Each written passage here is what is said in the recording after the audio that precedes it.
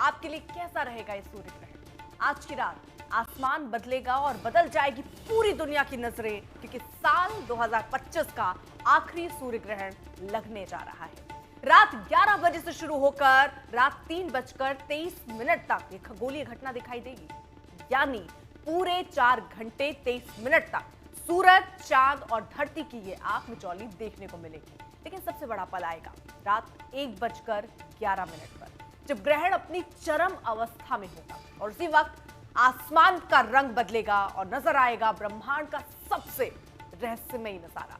वैज्ञानिकों के लिए यह शोध और का मौका है, जबकि ज्योतिषों के लिए दावा कुछ और है। ज्योतिष इसको अलग अलग रूप में देखते हैं। उनका मानना है कि इसका असर वातावरण, मानव जीवन दोनों पर पड़ता है। सवाल बड़ा है कि क्या यह सिर्फ विज्ञान है या इसमें छुपा है आस्था का संदेश। तो तैयार हो जाइए साल 2025 के इस आखिरी खगोलीय शो के गवाह बनने के लिए, क्योंकि आज की रात का ये सूर्य ग्रहण आसमान से जमीन तक का नजारा बदलने वाला है।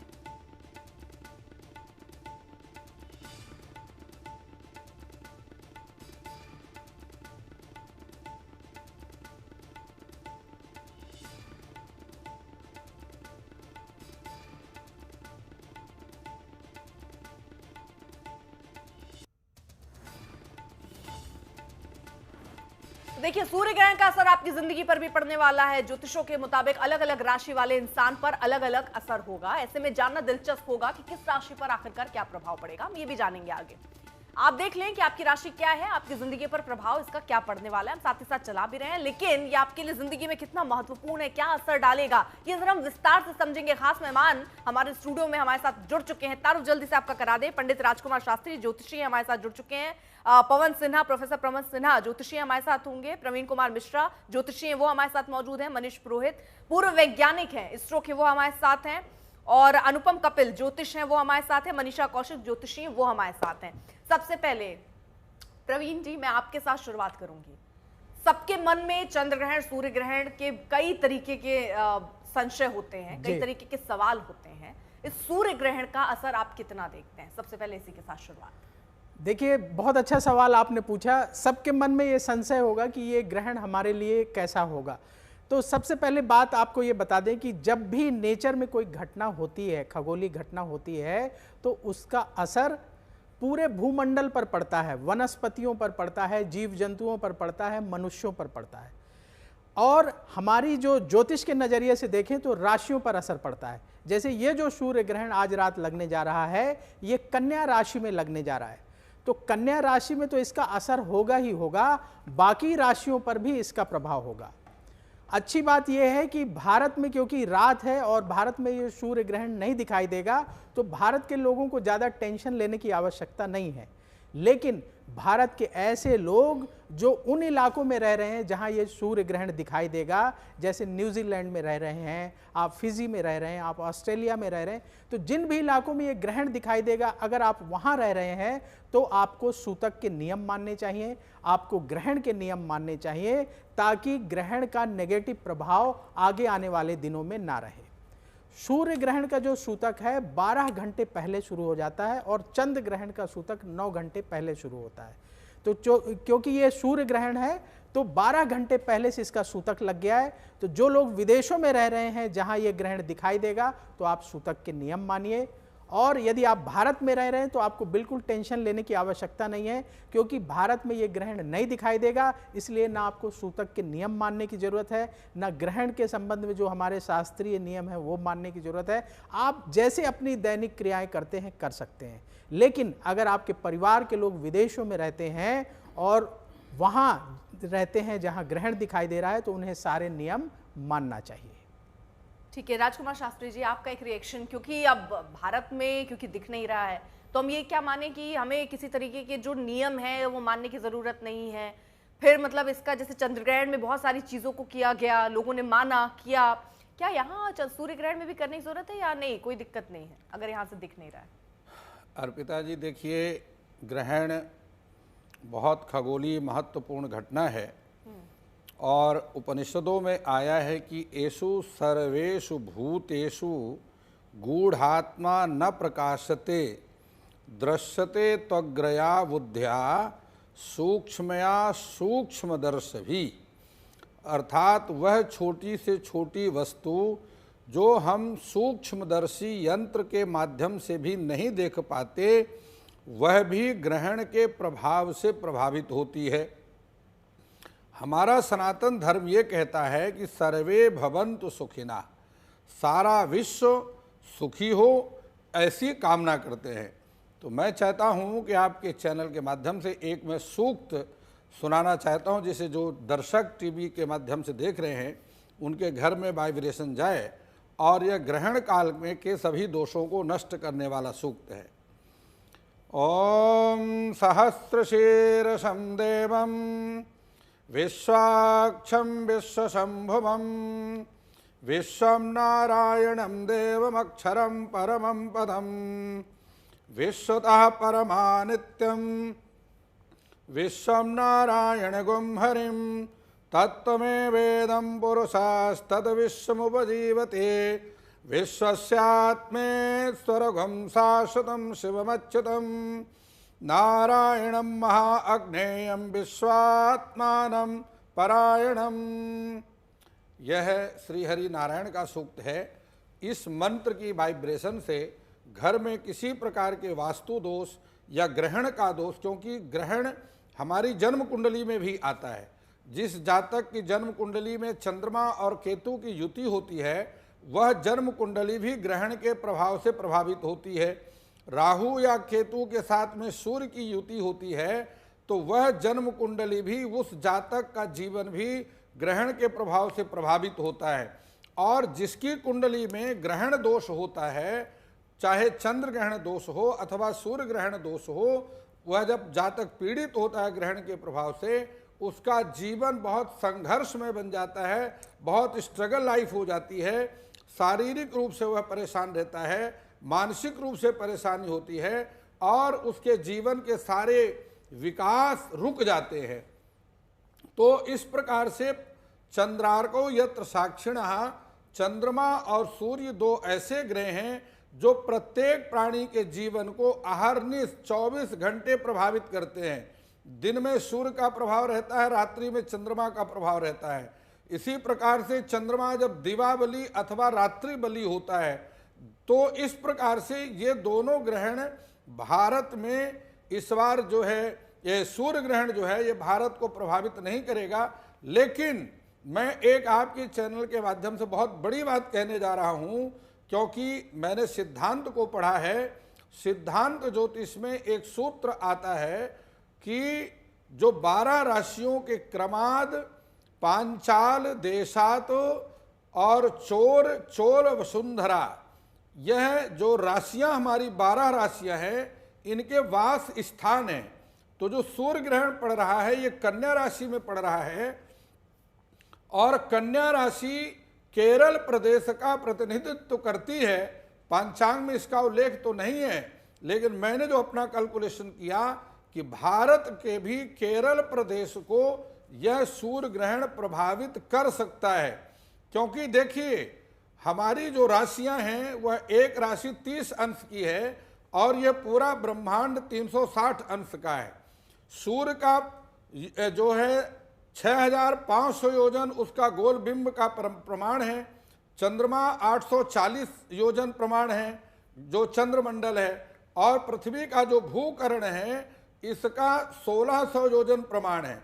ऐसी स्थिति में जो कन्या राशि है वह केरल से, भारत के केरल से होकर के ऑस्ट्रेलिया और न्यूजीलैंड तक जाती है।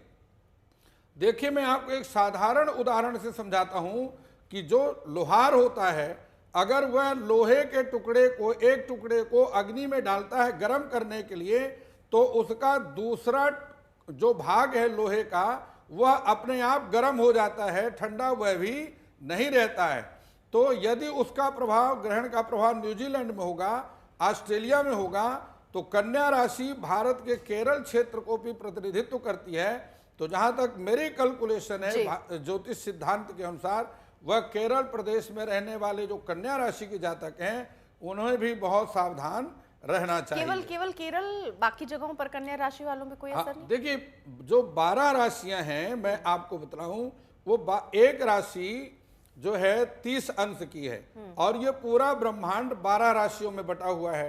तो जो 12 राशियां हैं उस कन्या राशि का जो प्रतिनिधित्व क्षेत्र है वह केरल में आता है और इसी प्रकार से जो मीन राशि है वह कौशल देश का यानी कश्मीर का प्रतिनिधित्व करती है। तो कन्या राशि जहां पर सूर्य ग्रहण लग रहा है उसका प्रभाव केरल क्षेत्र को प्रभावित कर सकता है क्योंकि वह केरल कन्या राशि के प्रतिनिधित्व क्षेत्र का स्थान यानी है। मनीषा जी कुल मिलाकर जो समझ आ रहा है कि सूर्य ग्रहण भले यहाँ से दिख नहीं रहा है, लेकिन जैसे उन्होंने उदाहरण दिया कि लोहे का अगर एक हिस्सा गर्म होता है तो उसका पिछला हिस्सा भी गर्म हो जाता है। हालांकि घर पे फिर वो लकड़ी लगाते हैं ताकि वो हिस्सा वहां तक गर्म ना हो। तो वो कौन सी लकड़ी लगानी पड़ेगी, यानी कि वो कौन से ऐसे उपाय हैं जो करने होंगे कि उसका हम जो असर पड़ भी रहा है डायरेक्ट इनडायरेक्ट तरीके से वो ना पड़े। देखिए, उपाय तो सबसे सरल है कि यहाँ पर ग्रहण भारत में दिख रहा है या नहीं दिख रहा, लेकिन सूर्य जो है वो हम सब के लिए एक ही है। इसलिए जब भी हम ग्रहण की बात करते हैं ना, तो चंद्र ग्रहण हो, चंद्र ग्रहण अभी हमने जो पूर्णिमा पर देखा तो ये जो है वो फुल, जिसे फुल लूनर एक्लिप्स कहते हैं, पूर्ण चंद्र ग्रहण था। इसलिए इसका इम्पैक्ट जो है वो ज़्यादा नजर आया। आप ही के चैनल पर हमने जब चंद्र ग्रहण पर शो किया था तो आप देखिए इमीडिएटली नेक्स्ट डे नेपाल में क्या देखने को मिला। इसका रीज़न क्या है, सबसे पहले ये समझें, चंद्रमा जो है वो जनमानस को रूल करते हैं, वहीं सूर्य जो है वो सत्ता राजनीति के कारक हैं, अथॉरिटी रूल करते हैं। तो जहाँ अब जब सूर्य ग्रहण की बात आई है ना, तो कहीं ना कहीं ये राजनीतिक उथल पुथल हम कहें, कहीं पार्टी के हेड्स चेंज होना, राजनीति में नए चेहरों का आगे आना, किसी कहीं पे हम देखेंगे कि गवर्नर या सीएम में जो है वो कहीं ना कहीं ये जो स्टेटस हैं ये बदले जाएंगे। तो ये बड़े लेवल पर चेंजेस जो है वो नज़र आएंगे। तो ऐसा नहीं है कि सिर्फ जहाँ पर दिख रहा है वहीं पर इसका इम्पैक्ट होगा, वहाँ से जुड़ी प्राकृतिक आपदाओं पर या वहाँ की गवर्नमेंट से जुड़ी हुई, वहाँ के मास लेवल से जुड़ी हुई चीज़ें ज़्यादा नज़र आएंगी क्योंकि वहाँ पर डायरेक्ट इम्पैक्ट है। लेकिन जैसा अभी शास्त्री जी ने समझाया, सूर्य को जो है वो परिवार का समझ लीजिए मुखिया है, और अगर मुखिया जो है वो कष्ट में होंगे तो पूरे परिवार को कहीं ना कहीं तकलीफ तो महसूस होगी। इसलिए किस कंट्री में कोई भी आपदा जब आती है तो उससे जुड़ी हुई आपदाएं आसपास के देशों में भी, क्योंकि हम कितनी तरीके से जुड़े हुए हैं, इंपोर्ट एक्सपोर्ट में भी जुड़े हुए हैं, हम जो है वो बाउंड्रीज कितनी कंट्रीज के साथ हम शेयर करते हैं, तो कहीं पर भी जब कोई त्रासदी होती है तो इसका इम्पैक्ट बाकी जगहों पर भी आता है। इसके साथ साथ जो ये स्थितियां हैं अभी बहुत ज़्यादा इनकरेजिंग नज़र नहीं आती, क्योंकि कहीं ना कहीं किसी नेता अभिनेता की दुखद खबर या उनका चर्चा में आ जाना, क्योंकि सूर्य जो है वो भी कन्या राशि में है। कन्या राशि जो है वो बुध की राशि है, और बुध जो है वो कहीं ना कहीं मर्करी जो प्लैनेट है ना वो कम्युनिकेशन से जुड़ा हुआ है, स्पीच से जुड़ा हुआ है। तो इसलिए क्या होता है कि कई बार स्लिप ऑफ टंग में ही या हमने आवेश में आकर कुछ अग्रेशन में आकर हमने कोई बात ऐसे कह दी जिसके का जो है वो इल इफेक्ट्स हमें नजर आते हैं। तो यहाँ पर जो है वो बहुत सारी चीज़ें हैं, प्राकृतिक आपदाएं भी हैं, भूकंप जो है वो नज़र आते हैं, खासकर जो है अभी हमने पानी से जुड़ी हुई त्रासदियाँ देखी, अब फायर से जुड़े हुए एक्सीडेंट्स, अर्थक्वेक से जुड़े हुए एक्सीडेंट्स। अगर आप देखें इस साल कितने ज़्यादा, सबसे ज़्यादा अर्थक्वेक्स जो हैं वो इस साल आए हैं। उसके साथ साथ बिल्डिंग्स का गिर जाना, कहीं ना कहीं जो वायु विमान से जुड़े हुए जो हैं अब उनसे जुड़ी हुई परेशानियां जो है वो इस दौरान नज़र आती हैं। तो ये बहुत इनकरेजिंग फेज नहीं है। उसके साथ साथ रिसेशन वाली न्यूज़ भी जो है वो हमें नज़र आती है। ये तो आपने सारे डराने वाली बात कह दी अनुपम कौशिक जी। नहीं, मैं आपको अभिता जी थोड़ा सा यहाँ ऐड करना चाहूँगी। आप बहुत बड़ा प्लेटफॉर्म हम एस्ट्रोलॉजर्स को देते हैं कि हम अपनी गणनाएं आपके आगे रख सकें, लेकिन हमारा कभी भी रीजन जो है वो डराना नहीं होता, बल्कि जनमानस से ये डर को दूर करने वाला होता है। क्योंकि हम सुबह शाम जब न्यूज़ भी देखते हैं तो कोई एनकरेजिंग न्यूज़ आजकल हमें नजर नहीं आ रही, और इसका इफेक्ट ग्रहणों के कारण होता है। This is what we want to tell you. Anupam ji, ये सवाल होता है ना कि अगर मान लीजिए कहते हैं अगर अब नेगेटिव है कुछ, तो एक दूर से आपको वो सूरज की किरणें जो ग्रहण से ग्रसित ना हो वो दिखे तो एक उम्मीद बंधती है। वो उम्मीद आप क्या देखते हैं अनुपम जी, जिस तरह से हालात हैं, जिस तरह की खबरें वो बता रही हैं कि किस किस तरीके की खबरें आ सकती हैं, तो ये कब तक परिस्थितियां बनी रह सकती हैं, इससे कैसे उभरेंगे, और ये अभी का जो इम्पैक्ट है वो लगभग कितने दिन तक लोगों के जीवन तक रहेगा? अर्पिता जी, पहली बात तो ये ग्रहण यहाँ पे भारत में भले ना दिख रहा हो, लेकिन ये एक एस्ट्रोनॉमिकल इवेंट है और इसका असर तो सबके ऊपर पड़ेगा, भले सूतक पातक और ये जो चीजें हमें फॉलो नहीं करनी है, क्योंकि सूर्य की किरण, सूर्य तो आत्मा कारक है, विल को रिप्रेजेंट करता है, और चंद्रमा जो मन को रिप्रेजेंट करता है। उत्तर फाल्गुनी नक्षत्र जो है ये सूर्य के नक्षत्र हैं, इनके देवता जो हैं आर्यमन देवता हैं, और द्वादश आदित्य भी हैं। तो ये कॉन्ट्रैक्ट्स के जो हैं नक्षत्र जो है, कॉन्ट्रैक्ट्स इस नक्षत्र से रिप्रेजेंटेड है। तो ऑन अ पर्सनल लेवल लोगों को जो प्रॉब्लम होने वाला है पूरे, क्योंकि रूलर्स जब प्रॉब्लम में आएंगे तो वो जो डिसीजंस लेंगे, गलत डिसीजंस लेंगे, क्योंकि ये बुध जो है प्लैनेट ऑफ कम्युनिकेशन इन्वॉल्व है और ये कंबस्ट है, अस्त है। तो पूरे दुनिया में नी जर्क रिएक्शंस, अभी आज कुछ हो रहा है, कल कुछ हो रहा है, जैसे डोनाल्ड ट्रंप कर रहे हैं, इसके वजह से पूरे ग्लोब के ऊपर जो फाइनेंशियल जो असर पड़ने वाला है डिसीजन से, और फाइनेंस के ऊपर असर होता है, तो लोग तो आज कहते हैं कि हेल्थ से ज्यादा लोग फाइनेंस अगर खराब हो गया तो सब कुछ परेशानी हो जाती है। अभी राजकुमार जी कह रहे थे कि केरल के अंदर ये जो परेशानी इंडिया के अंदर आएगी, लेकिन अगर हम कुर्म चक्र को देखते हैं तो लास्ट मैंने लूनर एक्लिप्स, चंद्र ग्रहण आपके चैनल पे जो नेपाल स्पेसिफिकली मैंने कहा था और रशिया की बात की थी, और दूसरे मैं आपको पर्टिकुलर एरियाज देना चाहता हूं। तो ये जो आपके बाहर के दर्शक भी जो है, क्योंकि ये बहुत जल्द होने वाला है, अभी से लेकर अगले 3 महीने तक इसका जो है इम्पैक्ट होगा। तमिलनाडु, केरला, श्रीलंका, कालीकट, जुन्नागढ़, ट्रैवनकोर, नीलगिरीज, कन्याकुमारी, पलनी जहां कार्तिक स्वामी जी का मंदिर है, पलनी माउंटेन्स, तिरुनवल्ली, सदर्न आंध्र प्रदेश, मैसूर, गोवा, मैंगलोर। और क्योंकि ये कन्या राशि के अंदर है, जो त्रिपुरा के लोग और जो खास करके म्यूजिशियंस हैं, राइटर हैं, पोएट हैं, इन लोगों को, और जो पैडी, जो चावल का ये करते हैं वहां पे, ये एफ्लिक्शन होगा क्रॉप्स को। जो डीलर्स हैं धान्य के अंदर और जो वेल्दी जो बिजनेसमैन है, इनको परेशानी। और क्योंकि सिंह राशि जो रूलर्स को रिप्रेजेंट करता है, थ्रू आउट द वर्ल्ड जो है रूलर से लोग नाखुश रहेंगे। और क्योंकि इस ग्रहण के अंदर बुध अस्त है, तो स्कैरसिटी होगी घी की और शहद की और ऑयल की। और क्योंकि जो ग्रहण भाद्रपद में है, तो कलिंगा यानी कि उड़ीसा, मगध यानी कि बिहार, दरड़ यानी कि कश्मीर, यहां और वुमेन जो है ये सफर करेंगे, मिस कैरेजेस होंगे। वर्ल्ड का अगर हम चित्र लेते हैं, क्योंकि ये बहुत इंपॉर्टेंट हो रहा है हमें, क्योंकि हम वर्ल्ड से जुड़े हुए हैं। जो भी अभी जैसे डोनाल्ड ट्रंप ने वीजास के ऊपर ये 88 लाख वाला जो चक्कर शुरू हुआ है कि पे करना पड़ेगा कंपनीज को, इससे इकोनॉमीज पे फर्क पड़ेंगे। किस कंट्रीज में ज्यादा? सिंह राशि में जेरूसलम, इटली, फ्रांस के parts, Paris, lions, Damascus, Chicago, Bombay India में, रोम, फिर लॉस एंजलिस, बॉस्टन, वर्जीनिया। और मीन राशि के अंदर मैं ऐड करूंगा अपर इजिप्ट। अभी आप देखो इजिप्ट ने बिल्कुल अपने मिसाइल और ये सब तैनात रख दिए, इधर भी इस एरिया में प्रॉब्लम आने वाला है। अपर इजिप्ट, पोर्चुगल, सहारा डेजर्ट में हमें केयरफुल रहना है, अलेक्जेंड्रिया।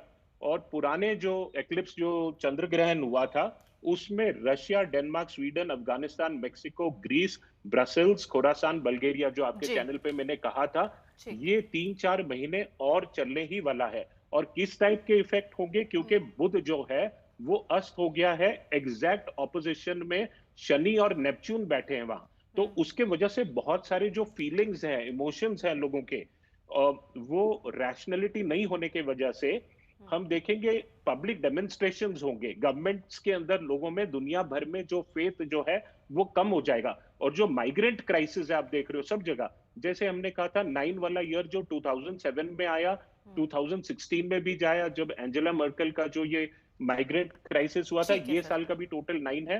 तो स्टार्ट में मैंने कहा था कि ग्लोबल रीसेट बटन दबेगा मार्च 29 को का, 5 अप्रैल को टैरिफ वॉर शुरू हो गया। और ये वॉर जो है ना, अभी जैसे हम आगे जाते हैं, दूसरे एस्ट्रोलॉजर्स भी बात करेंगे वेरियस एंगल्स पे, मैं कहना चाहूंगा कि जो अब हुआ है अरेबिया, सऊदी अरेबिया और पाकिस्तान का जो पार्टनरशिप हुआ है, ये इंडिया के लिए अच्छा नहीं है। डोनाल्ड ट्रंप ने पाकिस्तानी 50,000 फोर्सेस, 50,000 सोल्जर्स इनको अरेबिया को दिया, और अरेबिया ने इनको फाइनेंशियल हेल्प किया है। तो इससे जो छबार का जो पोर्ट है ईरान के अंदर, जहां हमारा $8 बिलियन का जो है इन्वेस्टमेंट रहा है, वहां पे ठीक है। यानी आप ये बता रहे हैं कि ये जितनी गतिविधियां फिलहाल हो रही हैं, इन सब का असर, इन सब की वजह कह लीजिए, ये सूर्य ग्रहण और ये चंद्र ग्रहण है।